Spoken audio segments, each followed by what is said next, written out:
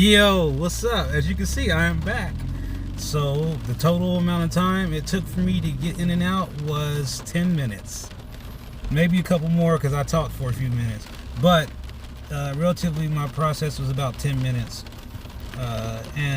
You know, there really isn't any wait here. So if you live in Columbus and you want to get in and out right now because of the rain, maybe there's no wait. So, like I was saying before, you know, the difference here would be is that they have created a better check-in system. They have two separate windows to check in instead of one. A lot of these places only have one check-in window. They have two. Simple things. And then they have multiple registers there. They have like 5 registers in this place. So they got a lot of registers. So when they get busy, it's busy, but they still be, I mean, they be going. Ain't nobody goofing around in there. And, you know, the only other thing I have a concern about is like when you do go inside, they remove pretty much all the furniture. So for somebody who, if there is a way, there should be some chairs there that can be easily sanitized that people can sit in if they're, you know, in pain and they can't stand any longer. So I think that's the thing. Obviously, you know, with the parking lot that we're in right now, we're over here off Georgesville Road. And then, you know, if you need to shop at Walmart, you know, I don't know what it is. Like, why a lot of these, a couple different dispensaries are like situated in a similar fashion as this one, where it's right across or right next to a Walmart. You know, what's up then, Lizzie? I thought you was gone. And you know, we're back on the trip. We on the road trip back, and I got some gelato twist rosin. So if you haven't already, hit the like, subscribe button, because there will be a review of the gelato twist rosin. Maybe a live review of the gelato twist rosin could be coming soon. And you know, when I do my concentrate videos, I put a little bit more work into those, because, you know, I want people to see, you know, the difference in doing concentrates versus doing flowers. But I am going to probably do a few videos differently. Now, what I do want to let you guys know is that coming soon, there will be videos that I make that will only be on OhioCannabisLive.com. There will be videos that other people might make, and those videos will only be on my website. Doesn't mean you have to pay for it or anything like that. Won't, you know, but you know, there will be some things that you'll be able to see on my website you won't be able to see on YouTube, just simply because, you know, I think that, you know, we'll have a lot more freedom. Now, if you got some videos that you want to upload onto the website that are cannabis videos, whether it's you want to do a review, you want to review a device you got, you want to talk about concentrates, you want to talk about how you feel about the program, I'm empowering you to do so. I mean, the only way these people are going to hear us is if they hear from others directly. Everything just can't be me. It's got to be us and we, and that's how we got to start working. It's us and we, and not just me. So I really appreciate the people who already are coming out and helping me now. And, you know, shout out to all those folks who are helping me with the meetings every week. And I appreciate that, because without that, I don't think I would be able to maintain it, really, honestly, because it's just so much for me to do behind the scenes. You know, if you want to know what program I'm using right now to broadcast on Facebook and YouTube at the same time, the name of the program, you might see it at the end of the video, is called Prism. It's for Android. I don't know if they have it on iPhones, but the benefit of this app is it's absolutely free. Shout out to Prism for letting me use the app for free. Anybody can use it for free. Believe it or not, this is one of the first apps I've come across that's free. It lets you do a lot of different things, and it doesn't have a bunch of pop-ups and ads and stupid videos about things that I don't care about and games I'll never download. And that annoys me about a lot of apps on the Android device. I don't know how it is on iPhone. Maybe it's different because you're paying more on iPhone. I guess you iPhone people will tell me. But you know, there are some apps like this one. They make them. I don't know how they're making any money since they're not advertising a bunch of ads. I don't know how they're surviving. But, you know, honestly, if I'm being real with myself, if you guys start charging for this app, I probably would still be looking to maybe invest in it. I think it's worth investing in. Maybe you're still developing and perfecting it. But to be able to stream live on Facebook and YouTube at 1080p while driving down the road, it's freaking amazing. And to be able to add my little intro in there, that's pretty slick. But yeah, I mean, Bloom Columbus, I was in and out, and that's not always the case here with them. Sometimes it's a little bit busier, and you have to wait. I mean, the longest I've waited, I would say, me personally here, is about 45 minutes, and that was probably about 2 weeks ago, and it was really busy, and I had to check in. So, you know, but like I said, they had the check-in process there. They take your name and phone number and go wait in your car, and they send you a text. Now, what I will say is that was a good way to stop the people from standing outside in line. And thank you, Bloom, for doing that. Again, another example of a certain type of procedure that can be implemented at all the dispensaries. It would be easy to do. They just would need to have people trained and follow through on it. But I think that would be easier than giving somebody a freaking pager verdict. And I think it's just as good as what Pure Ohio is doing with the I'm Here. Because not only does it keep your place in line so you know where you are in line, but it also, if you check the link they send you, you can check where you are in the line. So you can know whether you're 4th in line, 5th in line, 10th in line. Then you can figure out how much more time, I mean, how many more people are ahead of you. You don't have to get out and, hey man, how many more people are there? How much longer? You don't have to do that anymore. Because you could go on there on their little text and see that in real time. And so that's good. And I'm sure that didn't cost $1 billion to do that. So again, we need universal operating procedures at all the dispensaries and simplify the process and allow for less anxiety for the patient. And I'm going to be one of those people who fights for people who have anxiety, because I get it. I have a lot of anxiety. I literally was starting to have shortness of breath at Verdant because there were so many people in there, and it was distressing me because I didn't feel like this was a good environment because, you know, everybody wasn't spaced out. Now everybody had on their masks and everybody wore their masks the way they were supposed to, and you know, but I just think having to give somebody your medical card, your license, and they're not wearing gloves. You know, I don't know how many times they've sanitized today, and it's not necessary. All this giving you my card and getting it back from you, it's not necessary. There's a QRC code on the card. You do not need to physically touch the card. You can just scan the damn QRC code.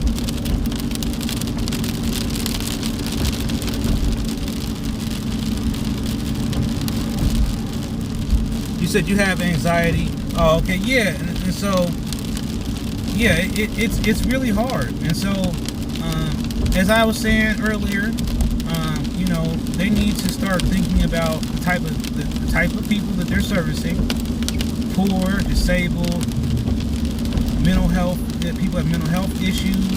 People have physical limitations, language barriers. People who can't see, can't hear. I don't see zero accommodations for people who are deaf or blind. So if you are deaf or blind and watching my video, I'm working on it. I haven't forgot about you.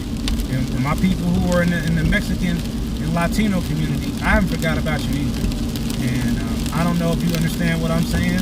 I'm not good on Spanish, even though my family has Spanish roots. I don't speak Spanish very well, and I apologize for that. I wish I did. But I'm working with my brother, and he's thinking about working with my stepmom, and she speaks fluent Spanish. And if I can get her to help me, we might be doing some Spanish cannabis live videos. Imagine that, an entire video in Spanish. Whoa! And so that would be great. That would be great. And so You know, I think that those are the kind of things that I look at. When I look at the program as a whole, is where we could do better. And part of that really boils down to having universal procedures that address various communities. And this goes back to the 4 pillars of why we need hearings about this program before they do anything else to make it worse. It's because those type of concerns are not being heard. When it comes to people of color, minorities, brown people, they're not interested in this program because they don't see the benefits, because no one is bothering to show those folks what the benefits are. They're not. It's just almost the same thing with the vaccine. I mean, people of color, we're not rushing to take a vaccine because the only information we know about vaccines is the Tuskegee Airmen experiment. It didn't go so hot and people died. And so, you know, again, just like the vaccine has a negative stigma, so does the cannabis. And so, until we can get people to stop saying marijuana all the time and start saying cannabis, and we get rid of people that's running around promoting reefer madness and all that kind of nonsense, and you know, even big platforms like Google, you know, at some point try to draw the line on what cannabis users can do on their platform, and I get it to a certain degree, but at the same time, if the video is marked not for kids, that should be enough. And I shouldn't have to do anything else, and I shouldn't be restricted from being able to monetize on content that people are finding useful and educational. I'm not on here to try to persuade you to buy something from somebody. I'm not selling you anything. I'm not taking paid endorsements from other companies at this time. I'm not doing that because that's not what's important right now. What's important is people getting the right information, people saving money, people getting access, and the program getting fixed. That's what's important to me right now. I could do reviews until I'm blue in the face, and there's so many reviews on Backhole right now. I literally had to stop reviews because I'm more concerned about the operation of the program we're in and the things that aren't seeming to be right. And I feel like if we don't shine a spotlight on it now, it's just gonna get worse before it gets better. And you know, I'm raising the alarm. You gotta start asking your local leaders what's going on. Where do you stand on the cannabis issue as the mayor, as the sheriff, as the local city council members? You know, if you haven't asked for a meeting with your city council members, well, maybe you should start thinking about that. And that's part of what we're going to be doing this weekend at the meeting, is we're going to be working to teach people how to set up meetings with their local city council, especially in places where they have these moratoriums or cannabis bans. And we need to re-educate those people in those areas about how things are better and things are improving, how people are getting off opiates. I mean, any community in the city, not even in the city, in the state, in the whole country, is interested in fighting and reducing the opiate usage. Everybody is on the same page about that. No one is screaming, "I love opiates."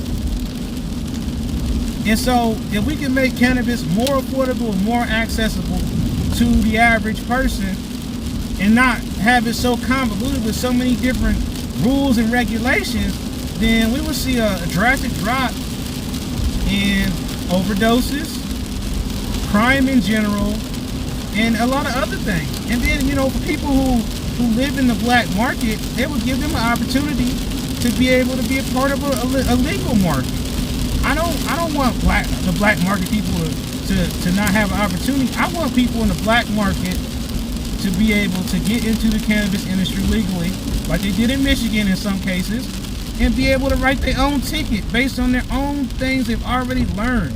I mean, doesn't it make sense for the guy who's been selling it on the streets for 10 years to be the bartender versus the guy who's never sold it before? Doesn't that make more sense?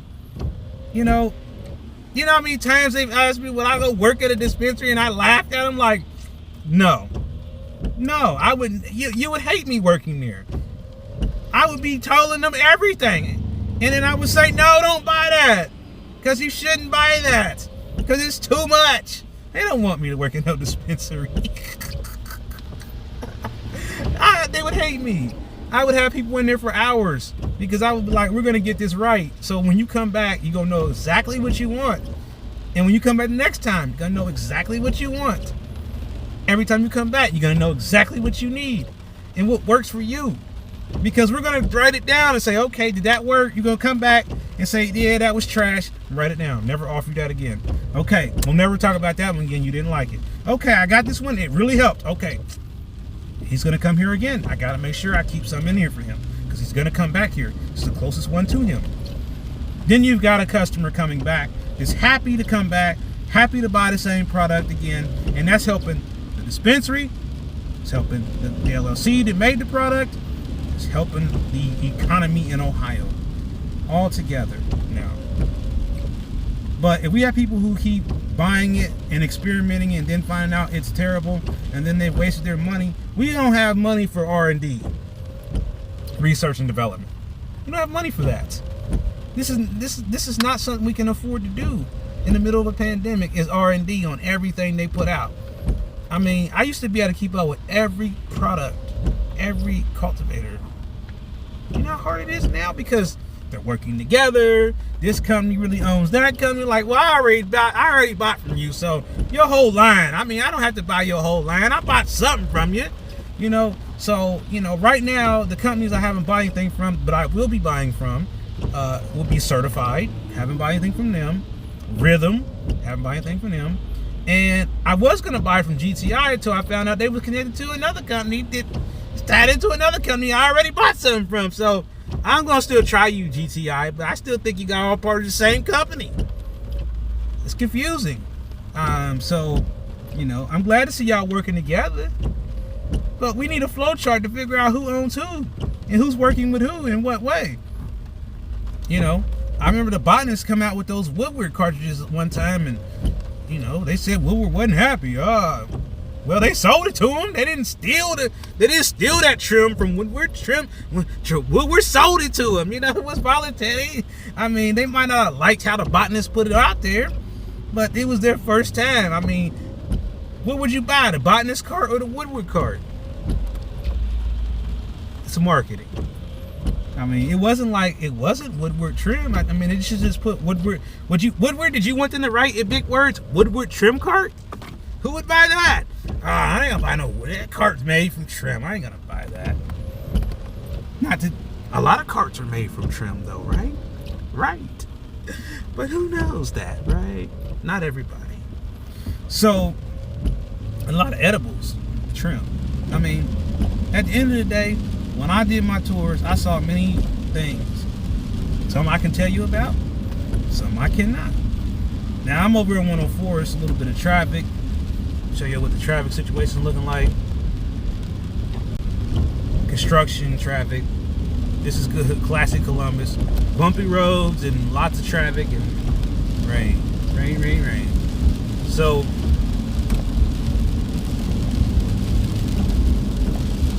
you know.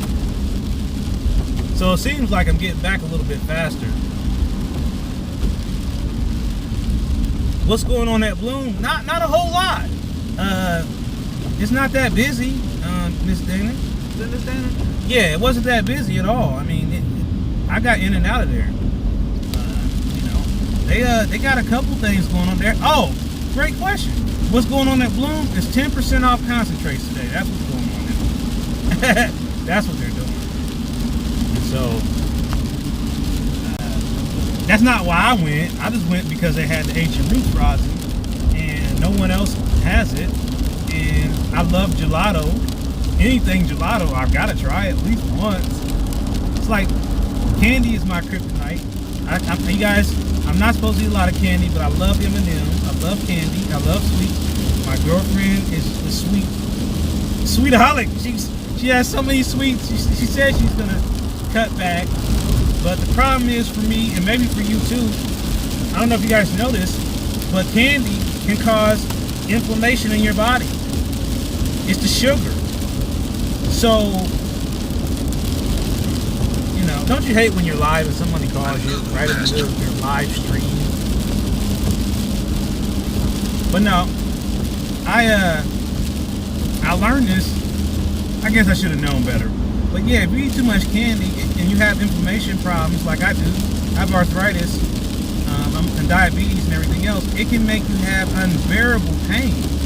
So I was like eating a lot of candy. When I get depressed, I have depression, I eat candy a lot. Sweets and things. I shouldn't do that. It's a bad no. But basically, when I stopped eating so much candy, my pain got a little better, guys. How about that? So, we're getting bumpy again. Bumpy. The road's a little bit bumpy. And it's still raining pretty hard here in Columbus, Ohio. And I'm here on your mobile weed track. They'll really flag the video now. You said the sun just came out here? Oh yeah, that would be great, man. I mean, I'll take some sunshine. But I just put some treatment down in my yard yesterday to kill the dandelions and the weeds, so I'm totally good with that. I'm totally good with seeing some sunshine. Why not? And like I said, I think that it's hard out here, man. Going all these places, man. A lot of people, man. Gas is expensive, right? It's hot. Kit Kats, yeah, I love. See, Mike, I love Kit Kats. Another kryptonite for me. Reese's Pieces, Kit Kats. I love. Somebody got me hooked on freaking Butterfingers. Bart Simpson. Thanks, Bart Simpson. And now I'm stuck hooked on. I got a Butterfinger problem. I tell you what I'm really weak on is Oreos. I love Oreos. I love cookies.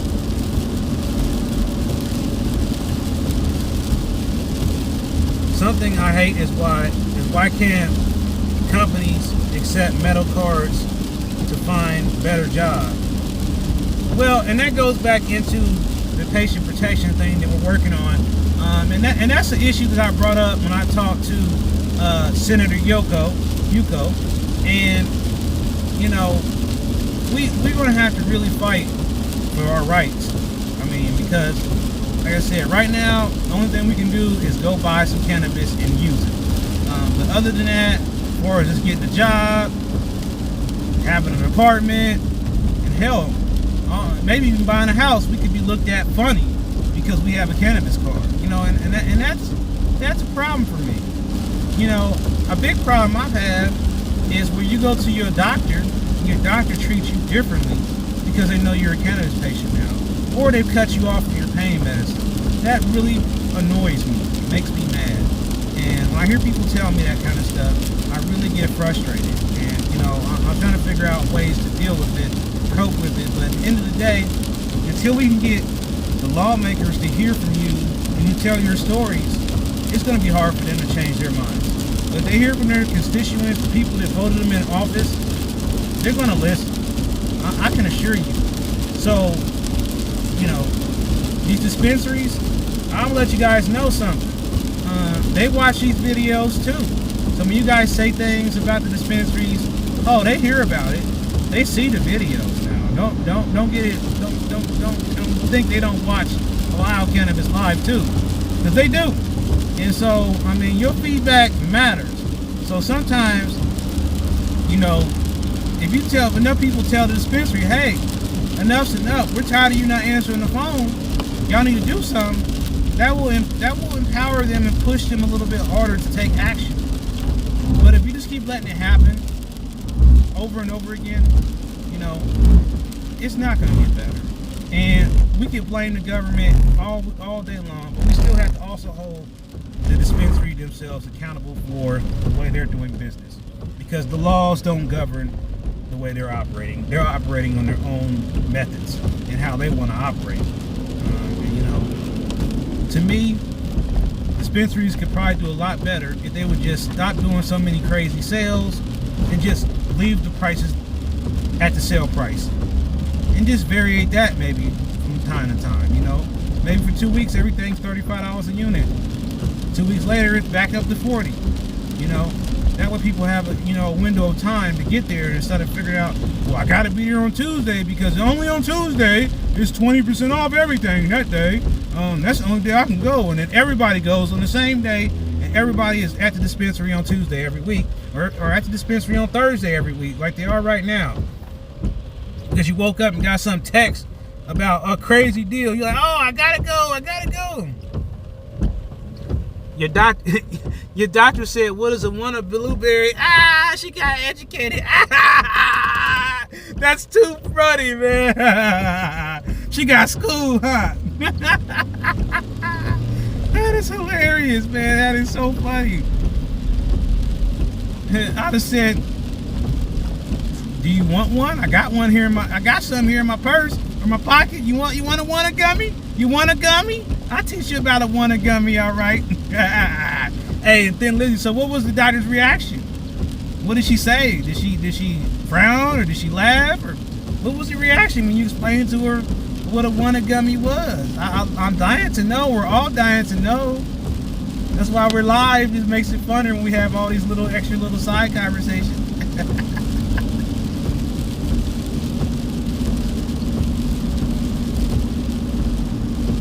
Yes. Yeah, she said she got schooled. That is too funny for me, man. That's too funny. That really is. And so, you know, I think that as things change, and I'm still wondering what's going to happen when Strawberry Fields opens up this new dispensary in Columbus. I bet she was laughing, man. But that's what we need. I mean, doctors need to hear about different products. Like, hey, doc, I ate these Wonder gummies and they help me sleep. Maybe you should make a note of that for somebody else that might be interested. Future reference. I mean, it should be like that, because how else would doctors learn the effects and if it works without actually having first-hand experience either themselves or with patients who are having first-hand experiences with these products for the first time. And believe it or not, we have some people who are medical professionals who are in the program. So don't be surprised to know that there are doctors who are in this program who have their card properly, likely. And there are LLC owners who have their cards. There are bud tenders who have their cards. I mean, and that is the beautiful thing. It's like, if anything else, I mean, you can work in the cannabis industry and be a cannabis patient. So for those who are watching the video and you're not in the program, you can have your cake and ice cream in that aspect, is that you can get a job working at a dispensary, okay, and you can still be a patient. We have many employees or patients, vice versa, who are in that situation, and everything is fine. Obviously, the rules may be a little bit different for you, so that it's fair to others. And dispensaries, for the most part, have implemented policies for their employees. You know, they can only buy their stuff at certain times. Very similar to what they do at restaurants. Similar type of policies, you know. And, you know, at the same time, you know, you want patients to be employees at your dispensary, because then they can relate to you.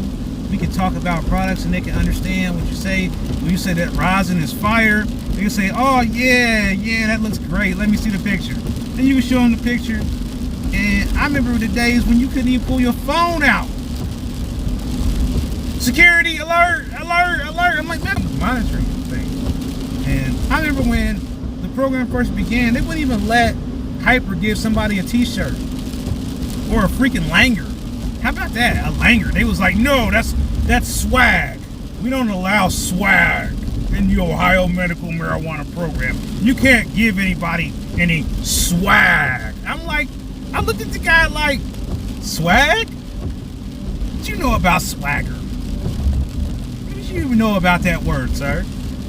Straight, narrow guy with his little steaks lapel on, like he thinks he's Congress or something. I'm like, and maybe it was. maybe it was you. Maybe you're watching and you was like, that was me, Anthony. Was it you? I don't know. But, you know, my first time being experienced my first dispensary experience in Ohio was a straight classic F rating. F. You hear me?